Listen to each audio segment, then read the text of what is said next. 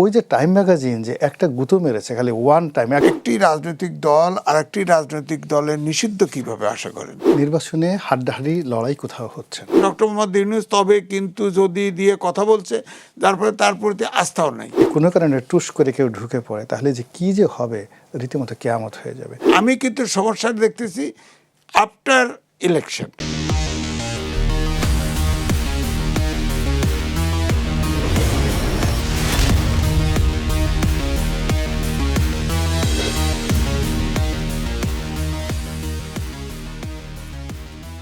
স্বাগত কালের সংলাপে। আজ আমাদের সাথে আলোচনার জন্য উপস্থিত হয়েছেন সিনিয়র সাংবাদিক এম এ আজিজ এবং তার পাশেই রয়েছেন গোলাম মোল্লা রনি, রাজনৈতিক বিশ্লেষক এবং কলামিস্ট। এবং আজ আমাদের বিষয় নির্ধারিত করা হয়েছে নির্বাচনী সহিংসতা ও অগ্রিম দায়, এবং পুরো বিষয় সঞ্চালনার জন্য রয়েছে আমি জেনেসিয়া বর্ণা।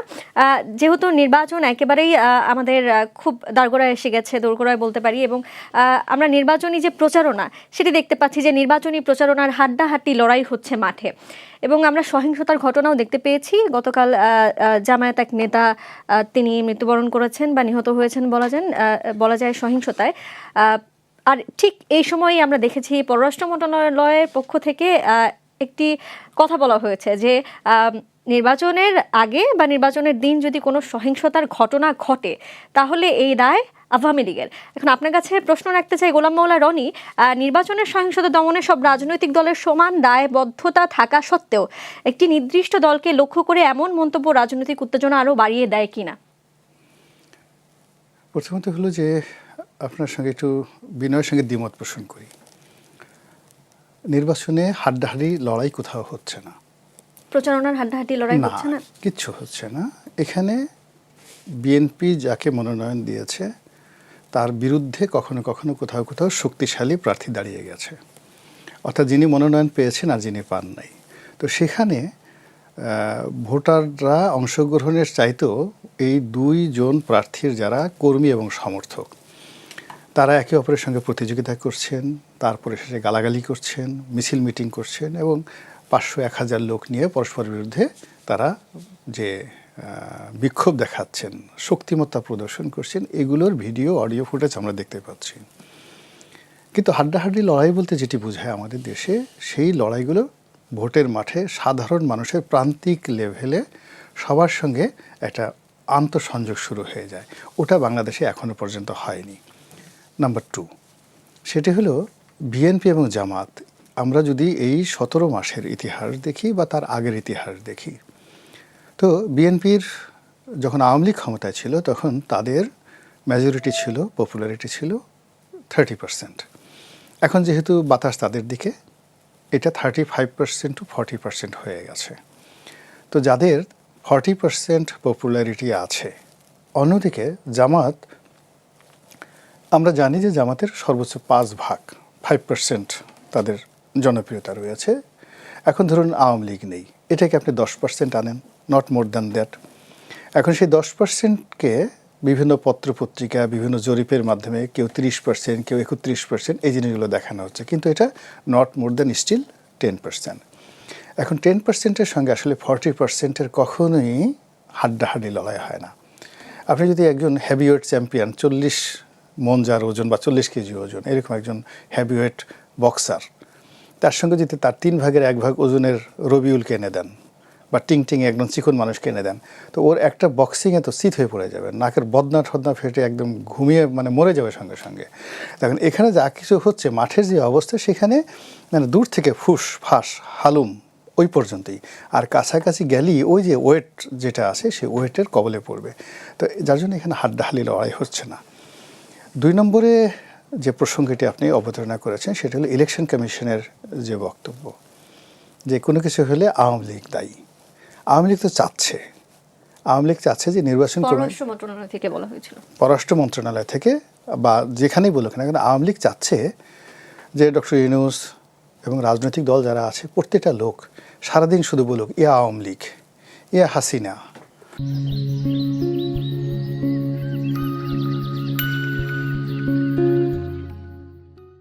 ওয়া বাহাউদ্দিন নাসিম, এই সমস্ত কথা সারাদিন বলুক, তারা গড়াগড়ি করে বলুক যে আমরা আওয়ামী লীগের ভয়ে অস্থির, আওয়ামী লীগ আমাদের মারবে, আওয়ামী লীগ আমাদের কাটবে। এই জিনিসগুলো যত বেশি আওয়ামী বিরোধী শক্তিরা বলবে, ভারতে বসে নিরাপদ দূরতে বসে তাদের যে কী আনন্দ, ডেইলি একটা করে সিনেমা দেখবে, সেই শাহরুখ খানের লেটেস্ট যে সিনেমাগুলো তারা দেখবে, আর আল্লাহকে বলবে যে আল্লাহ আরও কয়েকদিন বাঁচিয়ে রাখো, আমাদের উপস্থিতি নেই, আমাদের লোকজন সব পলাতক, দেশের ভিতরের লোক পলাতক, গৃহ ছাড়া, বাড়ি ছাড়া, আর আমরা এই যে ভারতে পালিয়ে আছি, এরপরেও আমাকে এত ভয় পাচ্ছে। আর কোনো কারণে যদি আমি ওদেরকে একটু স্বপ্নে দেখা দিই, আওয়ামী লীগের কোনো লোক যদি স্বপ্নে দেখা দিয়ে এসে বলে কেমন আছো মামু, সঙ্গে সঙ্গে দেখবেন যে স্বপ্নের মধ্যে হার্ট অ্যাটাক করে মারা গেছে। আর যদি কোনো কারণে টুস করে কেউ ঢুকে পড়ে, তাহলে যে কী যে হবে, রীতিমতো কেয়ামত হয়ে যাবে। তো এই যে এখন যারা ভয় দেখাচ্ছে বা নিজেরা ভয় পাচ্ছে অথবা একটা নাটক তৈরি করছে, তারা নিজেরাও জানে না এই ধরনের মিথ্যা নাটক সবসময় বুমেরাং হয়। বাস্তবতা হলো এখন বাংলাদেশের আওয়ামী লীগের যে অবস্থা, সেখানে আপনি 1 কোটি টাকা দিয়েও অজপাড়াগাঁয়ের কোনো একটা ছাত্রলীগ, যুবলীগ, একটা সবচেয়ে বেকুব যে লোকটি, তাকেও গুলিস্তানের মানে ওই যে আওয়ামী লীগের অফিস, এই অফিসের সামনে 1 ঘন্টা দাঁড়িয়ে থাকবে আর একবার জয় বাংলা বলবে, আপনি বলবেন যে 1 কোটি টাকা দেব, আপনি বিজ্ঞাপন দেন, একজন লোকে খুঁজে পাবেন না। এইরকম একটা ভীতি সঞ্চারিত হয়ে গেছে আওয়ামী লীগের মধ্যে। তাহলে আসলে এই কথা কেন বলা হচ্ছে? সরকার তো আসলে পারতেন যে ধরনের কথা না বলে যে যাতে কোনো দুর্ঘটনা না ঘটে সেরকম ব্যবস্থা নেবার, তাই না? এই কথাগুলো বলছে, প্রথমত হলো যে যারা বলছে তারা অনভিজ্ঞ হতে পারেন। 2 নম্বর হলো তারা অনভিজ্ঞ নন, অভিজ্ঞ, কিন্তু মূল সমস্যাকে আড়াল করে যখন আপনার সামনে একটা দামি সমস্যা নিয়ে আসবে, এতে করে ওই আজিজ ভাই যে শব্দটি ব্যবহার করে গুডু, মানে একটা আর একটার সঙ্গে লেগে যায়, সংঘাত লেগে যায়। তাহলে আপনি যদি দুটো ষাঁড় লড়াই করছে, আপনি ষাঁড় দুটোকে একটা পর্দাতে ঢেকে দিলেন, সামনে দুটো ইঁদুর এনে দিলেন যে এই ইঁদুর দুটোর ফাইট হবে, তাহলে দর্শকরা কী করবে? একদম হাঁ করে ইঁদুরের ফাইট দেখবে। হঠাৎ করে পর্দাটা সরিয়ে দিলেন, ষাঁড় দুটো মারামারি করে এসে দর্শকের উপরে পড়ে সবগুলাকে রক্তাক্ত করে ফেলবে, ঘটনা তাই না? তো এখানে যারা এই মাঠে বসে সংঘাত করছে, সন্ত্রাস করছে, চাঁদাবাজি করছে, নির্বাচন বানচাল করার চেষ্টা করছে, তাদেরকে আপনি চিহ্নিত না করে, তাদেরকে না বলে পতিত ফ্যাসিবাদ, পতিত স্বৈরাচার, আওয়ামী লীগের লোক দিল্লি থেকে ওই কাজগুলো করছে। আরে বাবা, সবচেয়ে বড় ব্যাপার হলো একটা মানুষ কখন পালায়, যখন তার বেঁচে থাকার আগ্রহ হারিয়ে ফেলে, যখন কোনো একটা জায়গায় দাঁড়িয়ে থাকার ন্যূনতম সৎ সাহস কারো থাকে না, সেই সময় মানুষ পালায়। কোনো একটা মানুষ সহজে পালায় না, তো একেবারে একটা ছোট শিশু ও রুখে দাঁড়ানোর চেষ্টা করে। তা আওয়ামী লীগের যারা পালিয়ে গেছেন, এটাকে আপনাকে বুঝতে হবে যে সে ভয় পেয়ে গেছেন। তাহলে কি এই কথার পরিপ্রেক্ষিতে আমরা বুঝতে পারি যে আসলে স্ক্রিপ্ট রেডি বা নির্বাচনের পর সরকারের আসলে এই যে এমন ঘটনা, নির্বাচনে যদি সহিংসতা হয় তাহলে সেটির দায় আওয়ামী লীগের, আর যদি সহিংসতা না হয় তাহলে সেই ক্রেডিট কি আওয়ামী লীগ পাবে? এখানে মূল ব্যাপার হলো যে আওয়ামী লীগকে তো ক্রেডিট দেওয়ার জন্য কেউ কোনো কাজ করছে না। এখানে বর্তমান যারা আছেন উইদাউট আওয়ামী লীগ, আওয়ামী লীগ আমি প্রথম থেকে বলে আসছি, আওয়ামী লীগ যেভাবে আওয়ামী লীগের পতন হয়েছে, তাতে আওয়ামী লীগের রাজনীতিতে ক্ষমতায় ফিরে আসতে 20 বছর সময় লাগবে।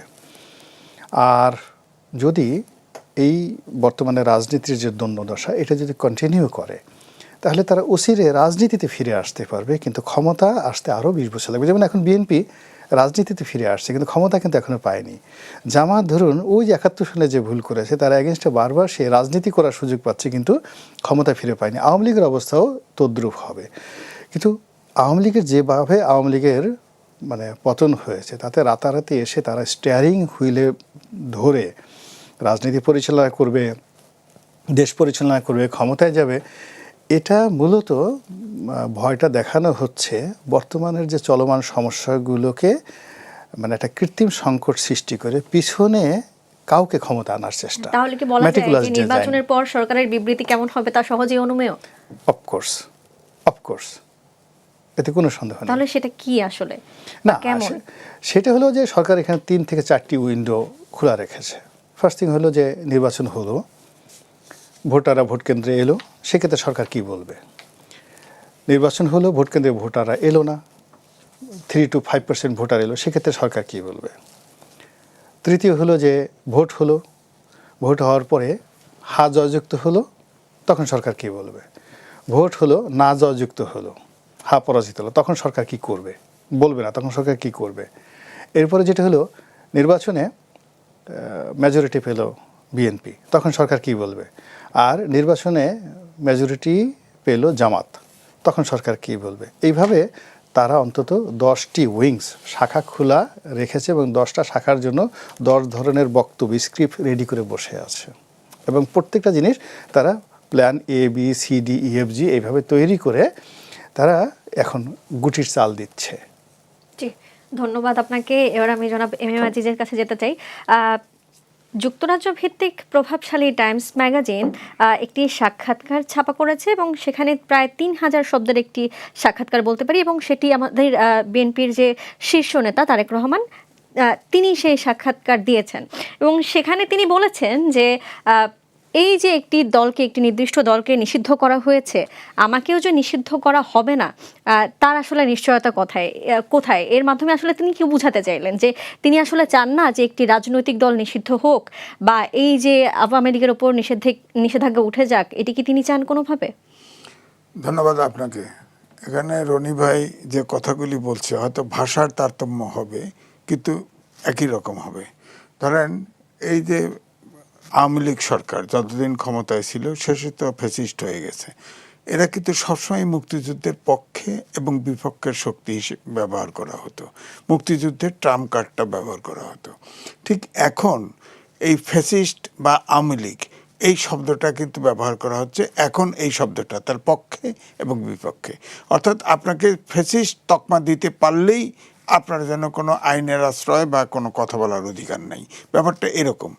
আমার কথা হচ্ছে যে আপনি গণতান্ত্রিক রাষ্ট্র চান, একটি রাজনৈতিক দল আর একটি রাজনৈতিক দলের নিষিদ্ধ কিভাবে আশা করেন যে চাইবে? আওয়ামী লীগ একটা বড় সংগঠন, আপনি তাকে আইনে বিচার করতেন, ফ্যাসিস্ট গুম খুম হচ্ছে তো বিচার, এগুলো হচ্ছে করেন। যারা নির্দোষ তারা তো দোষ করে নাই, তাদের আপনি ভোটাধিকার দিবেন না? ভোট আসতেছে সামনে, ভোট দিবে না? ভোট তো দিবে তারা। তো সুতরাং আমি এইটাই বলছি যে এখন যে দেশের এখনো অবস্থা, যেটা পররাষ্ট্র উপদেষ্টা বলেছেন যে সামনে এটার ব্যাকগ্রাউন্ড অনেক আছে। কারণ ধরেন এই যে গণভোট হচ্ছে, কনস্টিটিউয়েন্সি অ্যাসেম্বলি হচ্ছে, অর্থাৎ সংসদ নির্বাচন একসাথে হচ্ছে, এটা তো পুরা জিনিসটা তো অবৈধ। আমি আগেও বলেছি, এখনও বলছি, কারণ এই সরকার সাংবিধানিক সরকার, সংবিধানের 106 অনুচ্ছেদ অনুযায়ী আপনার ওত নিয়েছে সংবিধান সমুন্নত রাখার জন্যে। সুতরাং এই সংবিধান এখন জীবিত, যেটা ছিল এটা জীবিত। এই সংবিধানের সাথে সাংঘর্ষিক সংবিধানের আন্ডারে বা এই সরকারের আন্ডারে যে নির্বাচন হবে সেটিও অবৈধ। ওটা এটা চূড়ান্ত বিশ্লেষণ করলে তো তাই দাঁড়ায় আমার চোখে। অন্যরা কি মত করবে জানি না। আপনি দেখেন এই সংবিধানের সাথে সাংঘর্ষিক কোনো কিছু সংস্কার করার ম্যান্ডেট এই সরকারের নাই। 2 হচ্ছে গণভোট দিয়েছে, গণভোট এবং সংসদ নির্বাচন একসাথে। গণভোটে আপনার মৌলিক সংস্কার ছিল 40টা, এইটা 4 দফার মধ্যে এনে প্রেসিডেন্টের আদেশ দিয়ে এটা হানা ভোটে দিচ্ছে। এটা নিয়ে তুমুল বিতর্ক, কারণ এটা কয় % লোক বোঝে, কজন বোঝে? এক ধরেন এটা গণভোট পাশ করলো, এরপরে এটা বলা হয়েছে, এই যে আলী রিয়াজ সাহেব বলেছে সাংবিধানিক সংস্কার কমিশন বসবে, অর্থাৎ এই সাংবিধানিক পরিষদ হবে, এই যে সংসদ নির্বাচনটা প্যারালালি হবে ওইটার জন্যে।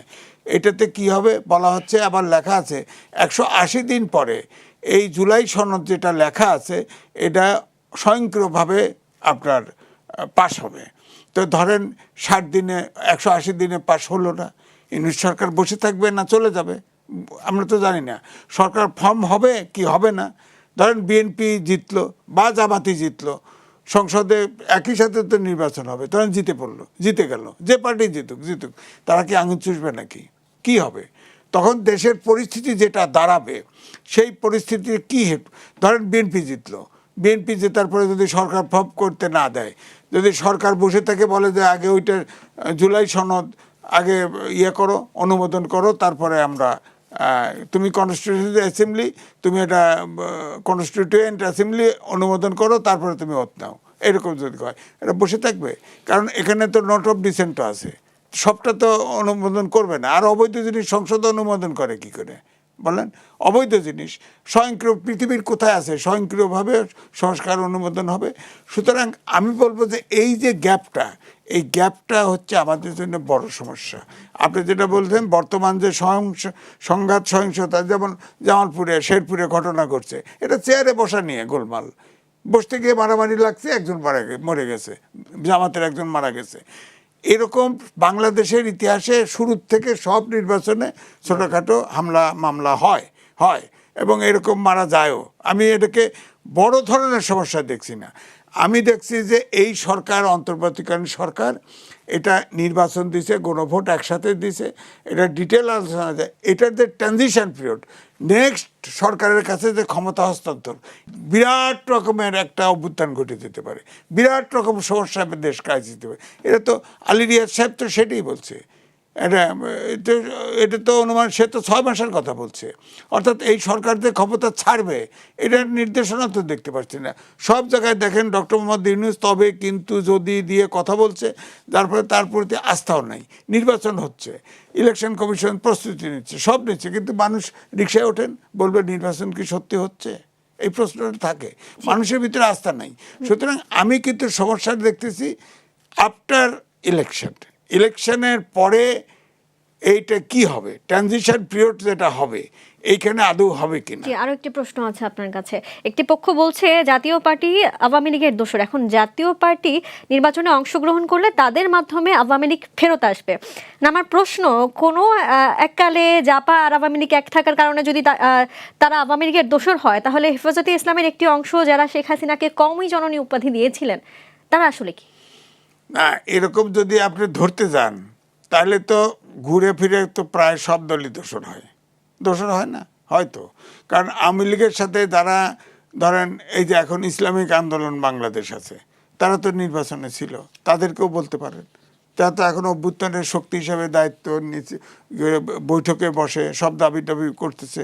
হোসেন মোহাম্মদ এরশাদের পার্টি তারাও গেছে, কওমি মাদ্রাসা, কওমিতে ওখানে শেখ হাসিনাকে ডেকে নিচ্ছে, কওমি জননী উপাধি দিছে, এগুলো তো আছে।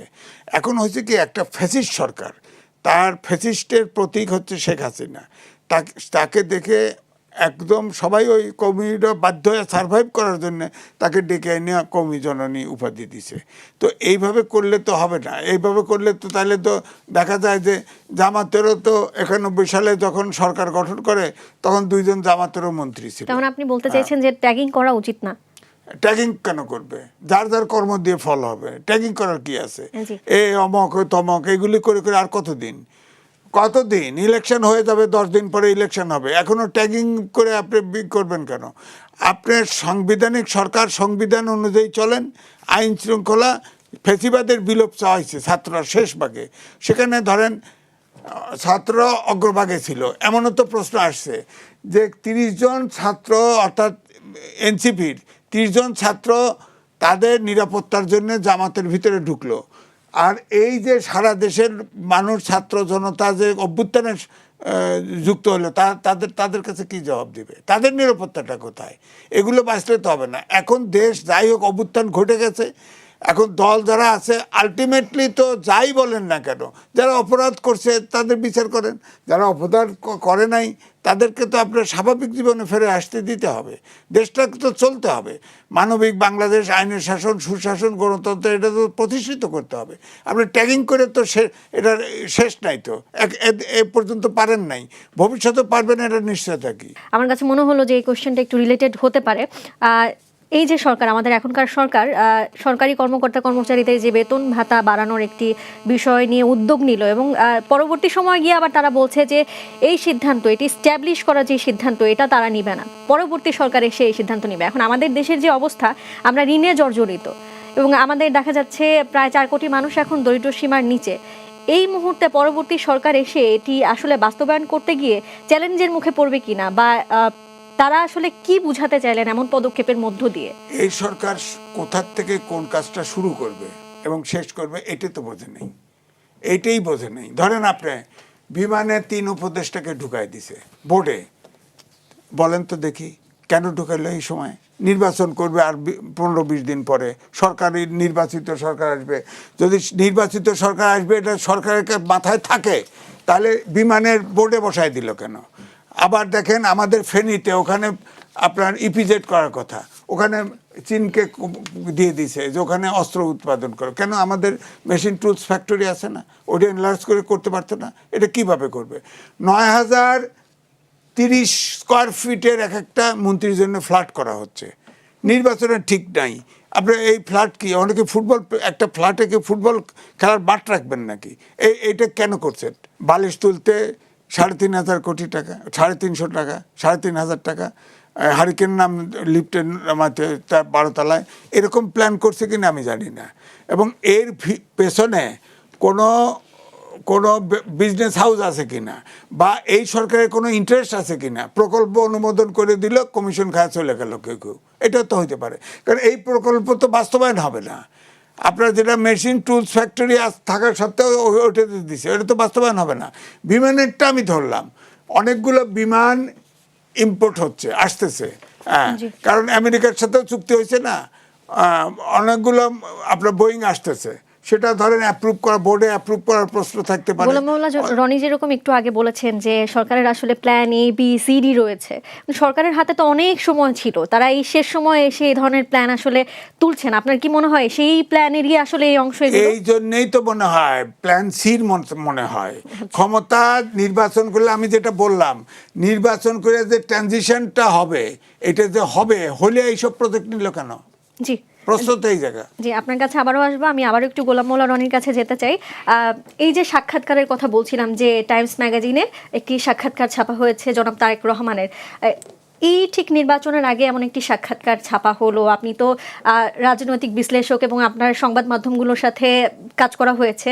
নির্বাচনের আগে জানতে চাই যে এটি আসলে কি ধরনের প্রভাব ফেলবে, আর এটির আসলে ভ্যালুটা কেমন নির্বাচনের আগে?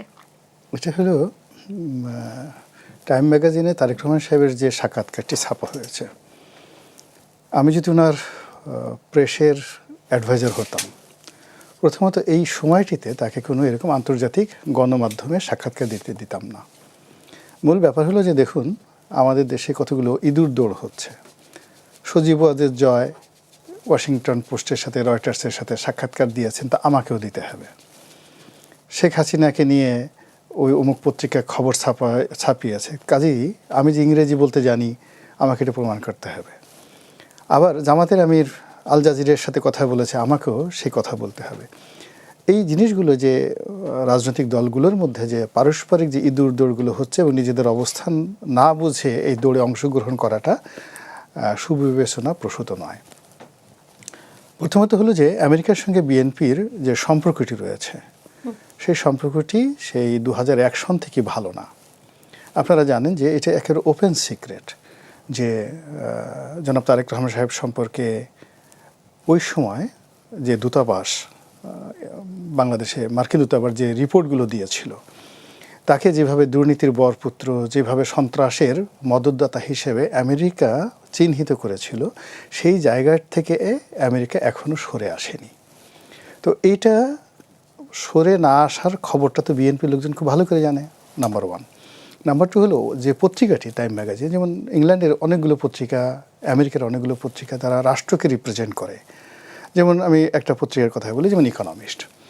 আপনি যদি বাংলাদেশের ইকোনমি আগামী 50 বছরে কি ফোরকাস্ট হবে এবং এই ইকোনমি নিয়ে ইউরোপ আমেরিকা কি ভাবছে, IMF কি ভাবছে, তারপর ব্যাংক অফ আমেরিকা কি ভাবছে, ইহুদি ফাইন্যান্সগুলো কী ভাবছে, এই জিনিসগুলো যদি আপনি বুঝতে চান, তাহলে ইকোনমিস্টের যে কোনো বাংলাদেশ সম্পর্কে একটা ফোরকাস্ট পড়লেই বুঝতে পারবেন।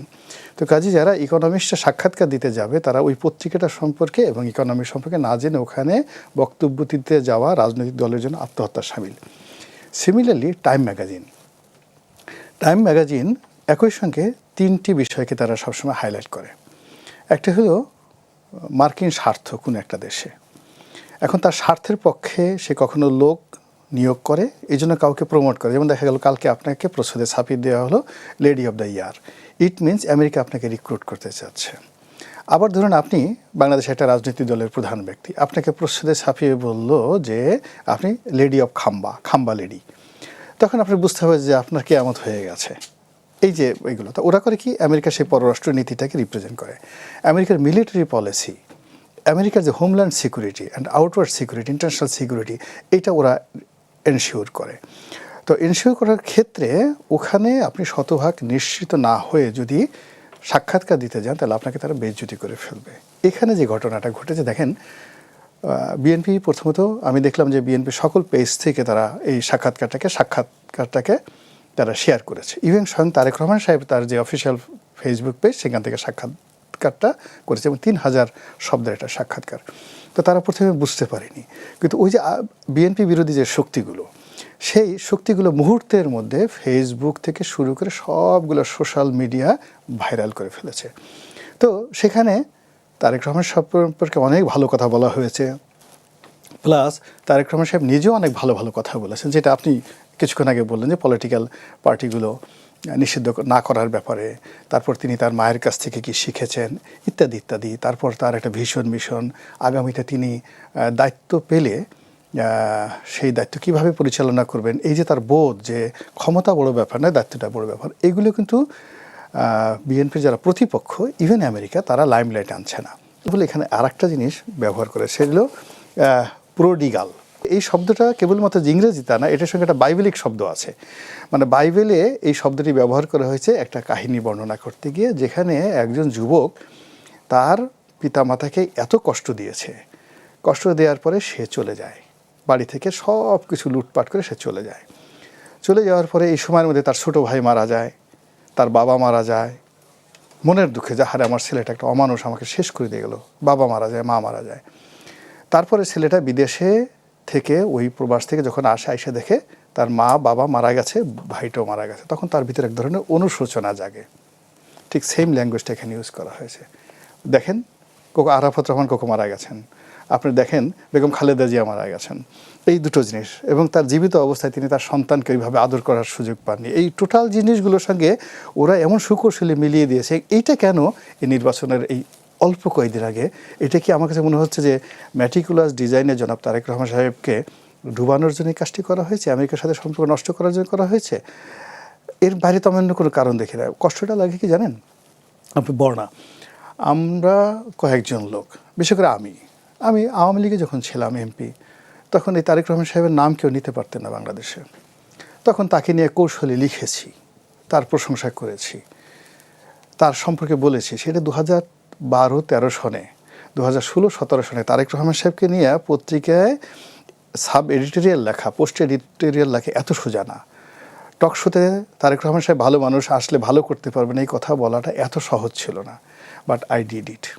তো যার জন্য তার এখন স্বর্ণালীর সময়, চারিদিক থেকে শুধু বিজয় আর বিজয়। আর বিজয়ের সময় যখন আমি দেখি যে বিশ্বের সবচেয়ে প্রভাবশালী একটা পত্রিকা, একেবারে তারই যারা প্রেসের যারা লোকজন আছে, তারা সেই পত্রিকার লোকজনকে তার সামনে নিয়ে দিল, এটা সাক্ষাৎ হলো এবং এখানে এই ধরনের একটি শব্দ সঞ্চয় হলো। ফলে এটার যে নিউজ ভ্যালু এবং এটার যে এই ম্যাগাজিনটার যে গুরুত্ব, এটা তো তারেক রহমান সাহেবের চাইতে তার যারা প্রেসের সাথে জড়িত, তার যারা পিআরের সাথে জড়িত, পাবলিক রিলেশনের সাথে জড়িত, আমি মনে করি জনাব তারেক রহমান সাহেবের উচিত ইমিডিয়েটলি তাদেরকে স্যাক করা এই কাজের জন্য। যা হবার সর্বনাশ হয়ে গেছে। আর এই লোকগুলো যে তার সাথে থাকে, আগামীতে জামাতকেও লাগবে না আর আওয়ামী লীগকেও লাগবে না। এই লোকদের দ্বারাই তারেক রহমান সাহেবের 12টা বাজবে। আগে যেমন একটা খাম্বা হয়ে গেছে, পরে দেখা গেল ওনার চারিদিকে 4টা খাম্বা দাঁড়া করাই দেবে। এরা বলবে যে এখন যদি মানে খাম্বা টু দি পাওয়ার 4, এই জিনিসগুলো এরকম লোক থাকলে মানে ওই রাজার চারিপাশে রত্ন থাকতে হবে। All of the big empire, না হলে কি সঙ্গদোষে লোহা ভাসবে, এমনটি বলতে যাচ্ছেন আপনি? রাইট।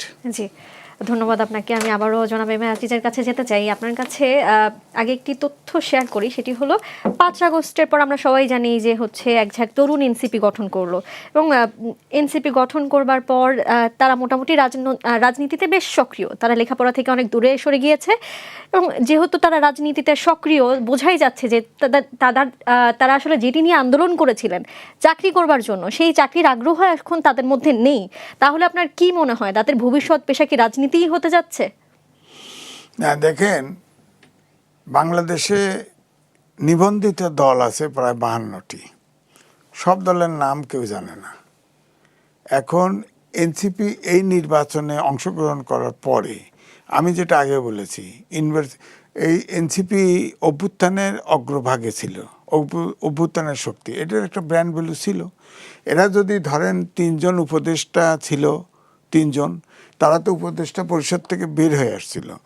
এই দলটা যদি আলাদাভাবে সমাজে প্রেশার গ্রুপ হিসেবে থাকতো, এত বিতর্কিত না হতো, তাহলে কিন্তু সমাজে কাজে আসতো। আজকে আমরাও হয়তো, রনি ভাইও বলতো, আমরাও হয়তো তার পৃষ্ঠপোষকতা দিতাম যতটুকু পারি। কিন্তু এই জামাতে জয়েন করার পরে এখন তারা তো একটা দল, একটা গ্রুপ আর একটা দল করে ফেলছে, আর অনেকে বেরিয়ে গেছে। তো এখন তো এটা কয়েক খণ্ডে বিভক্ত হয়ে গেছে। অর্থাৎ এখন 30 জন, আমি ধরবো যে 30টা সিট পেয়েছে, 30 জন জামাতের সাথে আছে। এখন প্রশ্ন উঠেছে, এই 30 জনের আত্মরক্ষার জন্যে তারা যে জামাতে আশ্রয় নিল, তাহলে অভ্যুত্থানের শক্তি যে লক্ষ লক্ষ লোক ছিল, তাদের কি জবাব দিবে? তারা কি তাদের পরিত্যাগ করে যে চলে গেল?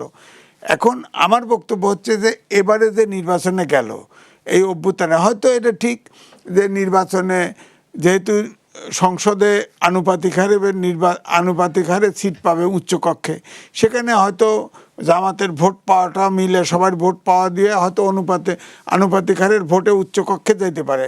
সংসদে তো তারা সিট পাবে না, একটা সিটও পাবে না, এবং অধিকাংশই জামানত বাজেয়াপ্ত হয়ে যাবে। তো অর্থাৎ এটাই এনসিপির মৃত্যু। এনসিপি শেষ হবে। ওই 52টা পার্টি আছে, আপনি নিবন্ধিত, আপনার নাম জানেন না, ওরকমই নাম না জানা প্রার্থী হিসেবে টিকে থাকে। ডক্টর মোহাম্মদ ইউনূস বলেছেন যে এই জুলাই আন্দোলনকারীরা একদিন বিশ্বে নেতৃত্ব দেবে। তো আমরা তো দেখতেই পেলাম যে এনসিপি খুব অল্প দিনের মধ্যে গঠিত হলো, আবার খুব দ্রুতই এদের ভাঙন ঘটলো, আবার একাধিক নেতা আমরা দেখেছি পদত্যাগও করলেন। তাহলে যারা নিজেদের দলের মধ্যেই নেতৃত্বের সঠিক যে ভিউ বা দৃশ্য সেটি দেখাতে পারলেন না আমাদের, তারা বিশ্বে কিভাবে নেতৃত্ব দেবে বলে আপনার মনে হয়? নেতৃত্ব, উনি তো বলছেন যে তরুণদের ভিতরে অনেকেই জিতবে, অনেকে মন্ত্রীও হবে। এই কথা যখন আপনি বললেন, তাহলে আমি বলি, আমরা যে ফ্ল্যাটের কথা তুললাম, যে এত বরাদ্দের ফ্ল্যাট, আপনার কি মনে হয় যে তারা জিতে কেউ মন্ত্রী হবেন, তাদের সুন্দর ভবিষ্যৎ গড়ার জন্যই কি আসলে কোনো ফ্ল্যাটের যেই প্রস্তাবগুলো সেগুলো রাখা হলো কিনা? না, এটাও তো হয় যে তারা এও বলছে যে কেউ কেউ বলছে শিক্ষামন্ত্রী হবে। এর আগে নাহিদ ইসলামকে বলছে তো, প্রেস সেক্রেটারি পাশে বসায় রেখে বলছে একদিন সে প্রধানমন্ত্রী হবে, বলছে তো। এগুলো বলে এবং তাদের দিয়ে রাজনীতি করা। কালকেও যে এক স্টেটমেন্ট আমি দেখলাম, ডক্টর মোহাম্মদ ইউনূস বলতেছে এই দেশে সবাই উদ্যোক্তা হওয়া দরকার, উদ্যোক্তা হওয়া দরকার। একবারও পড়াশোনার কথা বলে নাই। এখন আপনি যেটা বলছিলেন, এই যে ছাত্ররা যে এনসিপি করছে, আপনার রাজনীতিবিদ হবে না চাকরি, না কোটার এই আন্দোলনে নাই তো, তা বিশেষ দেওয়ার কথা মাথায় নাই। এখন মন্ত্রী হবে, এমপি হবে, এইটা হলো সরাসরি কথা। তাহলে কি অর্থাৎ এই যুব সমাজ, মাঝে আপনাকে যে ডক্টর মোহাম্মদ ইউনূস কি আসলে তাদের জন্যই, তাদের সুন্দর ভবিষ্যতের জন্যই এই ফ্ল্যাটগুলো করে যাচ্ছেন, যে তারা কেউ মন্ত্রী হয়ে আসবেন, এরকম সুন্দর বাড়িতে থাকবেন? তার তো পরিকল্পনা অনেক কিছু। আমি এর আগে বলছি না যে কনস্টিটিউয়েন্ট অ্যাসেম্বলি করবে এবং 108 দিন ঠেকায় রাখবে। ধরেন বিএনপি জিতলো, সরকার গঠন করতে দিল না, বয়ে থাকবো? যারা বিরোধিতা করবে তাদের পিঠে 54 বর্গমাইল বাইরে ফেলাই দিবে। এত সহজ নাকি? তো সুতরাং আপনি ফ্ল্যাট করতে পারবেন না, তো এত প্রজেক্টই পাস করতে পারবেন না। আপনার ওই মন্ত্রী হবে, কেউ পাস করবে? কারণ উনি এনজিও ছাড়া কিচ্ছু বোঝে না। আমি ওনার পক্ষে টকশো করেছি, ওনার পক্ষে লিখেছি, 6 তালা উঠাইছে। আমি তাকে জাতীয় সম্পদ মনে করছি। এই দেশটারে ফোকলা বানা ফেলাইছে উনি বিদেশি। আমি বলি এই সরকার সব বিদেশি নাগরিক নিয়ে, এটা তো বিদেশি সরকার, এবং এর বেশিরভাগ হলে আমেরিকান সিটিজেন। এগুলো উনি যদি দেশকে ফোকলা বানিয়ে ফেলেন, তাহলে তিনি যাদের উপর ভরসা রাখতে চাইলেন বা তিনি যাদের কথা বললেন যে তরুণ নেতৃত্ব, তার অনুসারেই বলা চলে, তাহলে কি তারা আসলে দেশের কি অবস্থা করবেন বলে আপনার মনে হয়? না, তরুণ নেতৃত্ব তো আর শেষ, তো তরুণ নেতৃত্বের ভাবনা শেষ। হ্যাঁ, শেষ। এই ইলেকশন পরে শেষ। এই এনসিপি আর থাকবে না, থাকবে ওই 4-5 জনের। আমার পরিবারের চেয়ে ছোট থাকবে। আমি অনেক সময় বলছি যে 30টা দল নিয়ে ঐক্যবদ্ধ কমিশন করছে ইউনূস সরকার, এর অর্ধেক দলের বেশি আমার প্রিয় পরিবারের সদস্য। তাদের যদি এই নেতৃত্ব এটি যদি শেষই হয়ে যায়, তাহলে তো তাদের লাইফের বা জীবনের সামনে রিস্ক রয়েছে। তাহলে তাদের ভবিষ্যতের জন্য ডক্টর মোহাম্মদ তাদের ভবিষ্যৎ তো ইয়ে আছে, জামাতে ঢুকে পড়ছে তো, জামাত তো আছে তো, জামাত তো অনেক নিবন্ধন বা নিষিদ্ধ হয়েছে, অনেক লোক ফাঁসি দিয়েছে, টিকে আছে না, রাজনৈতিক দল টিকে থাকবে, তারা বিএনপির সাথে জামাতের ভিতরে বিলীন হয়ে যাবে। আমি বলি জামাত হলো একটা হাঙ্গর মাছ, ছোট মাছ পেটে ঢুকলে আর বেরোতে পারে না, ওটা হজম হয়ে যাবে, এনসিপি হজম হয়ে যাবে, শেষ। এখনই দেখেন না সব টুপি পরা শুরু করে দিয়েছে।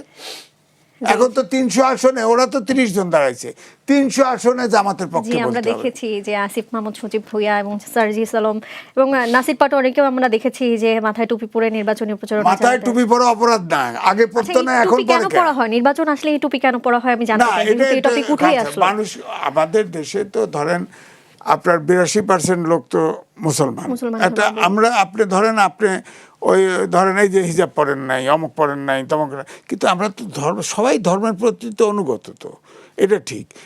ধরেন আমাদের দেশে 80% লোক গ্রামে বাস করে, 30% লোক একদম অক্ষর জ্ঞানী জানে না, 30% লোক এখন টুপি পরলে ভাবে যে ধার্মিক লোক, ভালো লোক, এই লোক সেই লোক, এরকম কনভিন্স করে যে ধর্মকে ব্যবহার করে আমরা সাধারণ মানুষের মনের ভেতর যে সব রাজনৈতিক নেতারা তারা একটি জায়গা করে নিতে পারেন। হ্যাঁ, খুব দ্রুত সময়ের মধ্যে কনফিউশন তৈরি হয়েছে না। জামাতের আমির নিজে বলেছে, দেখেন জামাতের আমির বলে নাই, আর বিএনপির চেয়ারম্যানও তারেক রহমানও বলে নাই, কিন্তু অন্যরা তো বলতেছে দাঁড়িপাল্লায় ভোট দিলে ব্যস্ত পাওয়া যাবে। জামায়াতের আমিরের প্রসঙ্গ যখন আনলেনি, আমি আরেকটা প্রশ্ন করি, সেটি হলো জামায়াতের আমির একটি সাক্ষাৎকারে বলেছেন যে তারা নারী নেতৃত্ব মানবেন না বা নারীদেরকে নেতৃত্বে রাখা যায় না। নারীদেরকে নেতৃত্বে রাখা যায় না, কিন্তু মাঠের প্রচারণার জন্য নারীদেরকে বাড়ি বাড়ি পাঠানো যায় এবং সেসব নারীরা আহতও হচ্ছেন, বিভিন্ন জায়গায় গিয়ে হেনস্থার শিকার হচ্ছেন, আহতও হচ্ছেন। এই বিষয়ে আপনি কি বলবেন? না, দেখেন এটা উনি ঠিক বলেছেন, নারীরা বোরকা পরে পরে চোখ বের করে করে যাচ্ছে, যাওয়ার পরে তাদেরকে হেনস্থা করা হচ্ছে, এটা ঠিক বলেছেন। কিন্তু উনি একথা বলেন নাই যে পার্সোনাল প্রপার্টি এনআইডি চাই কেন, বিকাশ নাম্বার চাই কেন? তাহলে তো তাদেরকে হেনস্থা না করে তাদেরকে সাথে সাথে পুলিশে দেওয়া উচিত ছিল। তো আবার যেটা বলা হয়েছে যে বোরকা খুলে ফেলে, হ্যাঁ সন্দেহ হয়েছে, কথা ভয়েস চেঞ্জ, বোরকা খুলে দেখে যে পুরুষ, বোরকার ভিতরে পুরুষ, কি করবে বলেন? তাহলে আমরা কি বলতে পারি যে নারীর গর্ভে জন্ম নেওয়া যায় কিন্তু নারীর নেতৃত্ব নেওয়া যায় না? আপনাদের বাড়িতে কি হয়? আপনাদের বাড়িতে তো এই জন্য এনসিপির যতগুলো নারী, প্রমিজিং নারী, সবগুলো অ্যাডভান্স, তারা বুঝছে, তারা কিন্তু সব রিজাইন করে চলে গেছে। স্বতন্ত্র, এই যে তাসলিম যারা স্বতন্ত্র, তারপরে আরো সামান্তা, এইসব প্রমিজিং নারী তো কেউ এনসিপিতে নাই। ধন্যবাদ আপনাকে। এবার আমি গোলাম মোল্লা রনির কাছে যেতে চাই। আসিফ মাহমুদ উপদেষ্টা থাকাকালীন তার নিজ এলাকা কুমিল্লায় সড়ক ও অন্যান্য গ্রামীণ অবকাঠামো মেরামত ও উন্নয়নে 2400 কোটি টাকার একটি প্রকল্প নেয় স্থানীয় সরকার ও প্রকৌশল অধিদপ্তর, এবং এই প্রকল্পে সবচেয়ে বেশি বরাদ্দ ধরা হয় তার নিজ উপজেলা মুরাদনগরে 453 কোটি টাকা। আবারও বলছি 453 কোটি টাকা। এত বড় অঙ্কের বরাদ্দ অনেক জেলাতেও থাকে না। এখন এই বরাদ্দের কথা তো গেল, তিনি আবার এখন বলছেন যে তিনি যদি ক্ষমতায় আসেন, ক্ষমতায় আসবার পরই 1 মাসের মধ্যে তিনি কুমিল্লাকে বিভাগ করবেন। এই যে তিনি এসব কথা বলছেন, কি মনে হয় তিনি সফল হবেন? প্রথমত হয় কি, এটা যারা রাজনীতি করেন, মন্ত্রী হন, এমপি হন, তারা সবসময় তার নির্বাচনী এলাকার উন্নয়নের জন্য সর্বোচ্চ চেষ্টা করেন।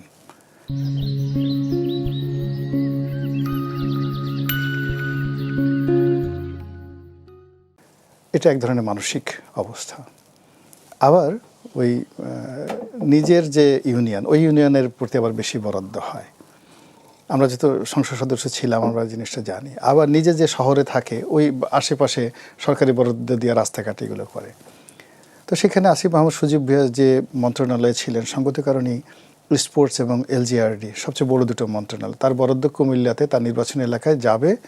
এটা নিয়ে আমাদের যে ট্র্যাডিশনাল রাজনীতি, সেই রাজনীতিতে সমালোচনা করাটা আমার কাছে অপাঙ্ক্তে মনে হয়, বিকজ সবাই এই সেম কাজটা করেছেন। তারা তো বলেছিলেন যে নতুন বন্দোবস্তে, হ্যাঁ নতুন বন্দোবস্ত তো অনেক কিছু আছে। সে কেটস পরেছে, হাতে ঘড়ি দিয়েছে, হাঁসের মাংস খেয়েছে, এগুলি কি নতুন কিছু নয়? এখন তো আবার পাঞ্জাবিও পরছেন। হ্যাঁ, এখন আবার পাঞ্জাবি পরেছে, এই যে রাতারাতি। এবং আপনি আরেকটা যে বাড়ি নিয়ে বললেন, আসলে ডক্টর মোহাম্মদ ইউনূস তার যে নতুন যারা বন্দোবস্তের নায়ক, এদেরকে নিয়ে অনেক চিন্তা করেন। আপনি প্রশ্ন করছিলেন যে তারা নিজের দেশেই করতে পারে না, তারা বিদেশে কিভাবে নেতৃত্ব দিবে? নিজের দলে পারে না, বিদেশে কিভাবে দিবেন? আচ্ছা, এখন শেখ হাসিনা দিল্লি থেকে নেতৃত্ব দিচ্ছেন না? দিচ্ছেন। হ্যাঁ, দিচ্ছেন। তো ওই যারা ইংল্যান্ডে পালিয়ে আছেন তারা গিয়ে দেখবেন যে ইংল্যান্ডও নেতা কিন্তু নেতা তাদের সব জায়গাতে। রাজনৈতিক ক্যারিয়ার তো অনেক বড়। আচ্ছা, ওই তো অনেক বড়। ভবিষ্যতে যদি তাদের বাংলাদেশ থেকে পালিয়ে যেতে হয়, তারা যে দেশে যাবেন সেই দেশে গিয়ে একটা নেতা হবেন। তো এই যে বললেন যে সারা দুনিয়াতে ডক্টর মোহাম্মদ ইউনূসের যে 3G থিওরি যে নেতৃত্ব, এটা ছড়িয়ে পড়বে, এই গেল একটা পজিটিভ অর্থে আমি চিন্তা করি। জি। দুই নম্বর হলো যে উনি চিন্তা করেন যে এই যে এনসিপির অনেকগুলো ছেলে যাদের বয়স 30-এর নিচে, এদেরকে উনি বলতেছেন তোমরা মন্ত্রী হবা, প্রধানমন্ত্রী হবা, তাদেরকে ইন্সপায়ার্ড করছেন এবং ওদের জন্য যে বড় বড় প্রকল্প এবং যাকে বলা হয় তাদের জন্য এই যে বাসা বানানো হচ্ছে। বিশ্বাস করেন এদের তো অনেকে বিয়ে করেনি এখন পর্যন্ত। তাহলে কাদের নিয়ে রাখবেন এই ফ্ল্যাট? হ্যাঁ, ওই যে ভবিষ্যতে যদি কোনো মেয়ে ভালো বংশ, বাবা মা যদি হয় যে না এই ছেলেটা আমার মেয়ের সাথে যদি বিয়ে থা দিতে পারি, তো ওইরকম মন্ত্রী পড়ে ওইরকম একটা অ্যাপার্টমেন্ট তারা পাবে। তো ডক্টর মোহাম্মদ ইউনূসের চিন্তা তো ইউনিক, আপনার আমার সঙ্গে মিলবে না। সে এই ছেলেদেরকে বিয়ে করাতে চাচ্ছে, মেয়েদেরকে বিয়ে দিতে চাচ্ছে, যাতে তাদেরকে মন্ত্রী বানালে ওই বাসা টাসা হবে, ভবিষ্যতে হোক বা না হোক। ওটাকে উপলক্ষ করে যদি একটা ভালো সম্বন্ধ হয়, এর কারণ হলো এদের মধ্যে অনেকেরই বৈষম্য হয়ে গেছে। এই কয়েকদিনে কেউ মন্ত্রী হয়েছে, ক্ষমতায় পেয়েছে, বেশ কয়েকজন ভালো ভালো জায়গাতে বিয়ে করেছে, কিন্তু এখন পর্যন্ত অনেকের বিয়ে হয়নি। তো যাদের বিয়ে হয়নি, আপনি বিশ্বাস করেন সেই সমস্ত নারী পুরুষের জীবন জাহান্নাম হয়ে গেছে না? তো যার জন্য জীবন ঝুঁকে নিল ডক্টর মোহাম্মদ ইউনূসের জন্য, সে কি তাদের বিয়ে থাকার জন্য কোনো ব্যবস্থা করবে না? সেই কাজটাই করে যাচ্ছে। তো এটা নিয়ে আমরা যারা কম বুদ্ধির মানুষ, আমরা এখনও বুঝতে পারিনি। আর আমি একটু বুঝতে পারছি, আজিজ ভাই বুড়া মানুষ, সে মানে ওই যে এই জায়গাতে ডক্টর ইউনূসের বুদ্ধি যে এত নিচে নামতে পারে বা এত প্রান্তিক লেভেলে যেতে পারে, সেটা এখনও সে বুঝতে পারেনি আর কি। তো এইভাবে চলছে সব কিছু। তো দেখা যাক কি হয় আর কি। জি, ধন্যবাদ। বিষয়টা জি। হলো বয়স হলে মানুষ কিন্তু অনেকেই ডিমেনশিয়াতে ভোগে। হ্যাঁ, তো আমার মনে হয় যে এই 9,300 স্কোয়ার ফিটের বাসা বানানো যারা চিন্তা করছে, হয় চুরির জন্য করছে, না হলে ডিমেনশিয়াতে ভোগে। এটা সুস্থ মানুষে বাংলাদেশে যেখানে বৈষম্য তুঙ্গে, বৈষম্য বিরোধী আন্দোলন হয়েছে, স্বাধীনতা যুদ্ধ, 90-এর আন্দোলন, জুলাইয়ের আন্দোলন, 24-এর আন্দোলন, সব বৈষম্যের বিরুদ্ধে। অথচ এইভাবে যে পরিকল্পনা করে, আপনি দেখেন যেটা রনি ভাই বলল, ডক্টর মোহাম্মদ ইউনূস যখন নোবেল প্রাইজ পায় তখন বলছিল যে ক্ষুধাকে মিউজিয়ামে পাঠাবে। কই মিউজিয়ামে যান, মিউজিয়ামে দামি দামি জিনিস, ক্ষুধা তো বাংলাদেশে পুরা। ক্ষুধা 30 লক্ষ লোক, আপনার দেখেন অর্ধেক লোক মধ্যবিত্ত, নিম্ন মধ্যবিত্ত গেছে, নিম্ন মধ্যবিত্ত হতদরিদ্রে গেছে। ক্ষুধা গেছে কোথায়? 3-0 বলছে উনি, বলছে যে জিরো প্রভার্টি। এখন বাংলাদেশে 3 কোটি লোকের কাজ নাই, 3 কোটি লোকের কাজ নাই। Zero carbon emission. আপনি দেখেন পৃথিবীর ভিতরে এখন বাংলাদেশ 2 নম্বর, কারণ বসবাসের অনুপযুক্ত শহর, কার্বনে ভর্তি। তৃতীয় জিরো আপনার হচ্ছে জিরো প্রভার্টিতে বললামই। তো ওনার তো থিওরিতে বাংলাদেশে তো হচ্ছে না, উনি বিদেশে ফেরি করে বেড়ায় লাভ কি? বাংলাদেশ এটাকে অবাস্তব একটা থিওরি দিয়ে সারা দেশে ঘুরে বেড়াচ্ছে উনি। তো সুতরাং ওনার যে থিওরি, এখন উনি ডিমেনশিয়াতে ভোগে। কিন্তু একটা জিনিস আছে, শোনে, কথা বলে না। একমাত্র আল্লাহ ছাড়া, আমি মুসলমান বিশ্বাস করতে পারি, আল্লাহ ছাড়া তার কল্পের কোনো খবর কেউ রাখে না। ডক্টর মোহাম্মদ ইউনূস, আমি যদি ভুল না করি, ঠিক গত ঈদের কাছাকাছি বা সেই সময় বলেছিলেন আসন্ন যে ঈদ রয়েছে আমাদের সামনে, সেই ঈদ রোহিঙ্গারা তাদের নিজ দেশে করবেন। কিন্তু তাদের নিজ দেশে তো পাঠানোই যায়নি, বরং অন্য দেশের যেসব রোহিঙ্গা আছেন তাদেরকে বাংলাদেশি পাসপোর্ট দেওয়া হবে। এই বিষয় নিয়ে আপনার মন্তব্য জানতে চাই। এটি কি বাংলাদেশকে নতুন করে শঙ্কায় ফেলবে না? জি, ফেলবে। প্রথমত হলো যে এমনি শেখ হাসিনার জমানাতে 12 লাখ ছিল, ডক্টর মোহাম্মদ ইউনূসের জমানাতে আরও 3 লাখ আসছে, এখন রোহিঙ্গাদের সংখ্যা 15 লাখ। আর সৌদি আরবে যে রোহিঙ্গাগুলো বিভিন্ন দেশ থেকে গিয়েছে, বিশ্বের বিভিন্ন দেশ থেকে গিয়েছে, বাংলাদেশ থেকেও গিয়েছে। তো বাংলাদেশ থেকে ধরুন 30% গেছে, আর বিশ্বের অন্যান্য দেশ থেকে আসছে। এবং এটা সৌদি আরব দীর্ঘদিন ধরে কোনো দেশের উপর এটা গছাতে পারছে না, নট ইভেন মায়ানমারের উপর। কারণ বাংলাদেশ যেহেতু গরিবের বাহুস, এদেরকে চাপ দিলেই যে কোনো কাজ করা সম্ভব। আর এখন ডক্টর মোহাম্মদ ইউনূস আরও দুর্বল। তো কাজেই যেটা শেখ হাসিনাকে দিয়ে মানে তারা পারেনি, অতীতে কোনো সরকার দিয়ে পারেনি, রোহিঙ্গার সমস্যা শুরু হওয়ার পর থেকে সৌদি আরবে এরকম রোহিঙ্গাদের ঢল, এবং আমি নিজে গিয়ে সেখানে দেখে আসছি। বন ও পরিবেশ উপদেষ্টা সৈয়দ রিজওয়ানা হাসান বলেছেন, গত 53 বছর যাবৎ দেশের মানুষ সম্মানিত বোধ করেননি। আপনাদের দুজনের বয়সই নিশ্চয়ই 53 পার হয়েছে বা আশেপাশে রয়েছে। আপনারা কি আগে কখনো সম্মানিত বোধ করেননি, এখন সম্মানিত বোধ করছেন? তার এই কথাটা খুব অবমাননাকর, এবং সাধারণ মানুষের জায়গা থেকেও আমি এই উত্তরটি আসলে জানতে চাই। রাইট, এটা তার এই কথাটা বলাটা ঠিক হয়নি। সে আমার খুব ঘনিষ্ঠজন, আপনজন। আমি এর বিষয়ে আর তার সম্পর্কে বলতে পারবো না, আজিজ ভাই বলুক আর কি, তার বলাটা ঠিক হয়নি। দেখেন, আমি পাকিস্তান আমলের মানুষ। আগে এটা ঠিক, মানুষের আয় রোজগার অর্থনীতি দুর্বল ছিল, কিন্তু অপমান মানুষকে এভাবে করা হতো না, অপমান করা হতো না। উনি যে কথা বললেন, জি, বিদ্যুৎ প্রতিমন্ত্রী ছিল শেখ হাসিনার, বলা হতো যে এমনভাবে চুরি করতো যেটা সব ভাগ করা হতো। সে তার স্বামী ছিল এইটার চিফ এক্সিকিউটিভ, এখন ওই বিপুর পুরো প্রতিষ্ঠানটা দখল করছে। কিছুদিন আগে সিলেটে সাদা পাথরের শুনলেন না, ওখানে ঐক্যমত আছে সব দল, ওনার নেতা ছিল তার স্বামী। এখন বলে যে অপমান ছিল না, আমি তো অপমান হচ্ছি এখন। ওনাকে যে চেহারায় দেখেছি, এখন তো উনি তো চেহারা আগে দেখেন, আগে চেহারা মিলেন, ওনার চেহারা তো রাজকীয় চেহারা হয়ে গেছে। এখন তো ওনার টাকা পয়সার অভাব নেই। হ্যাঁ, তো উনি তো যে ধারণা বলা হয় যে সরকারের ভিতরে সরকার আছে, ওনার নামও তো আছে, ওনার নামও তো আছে।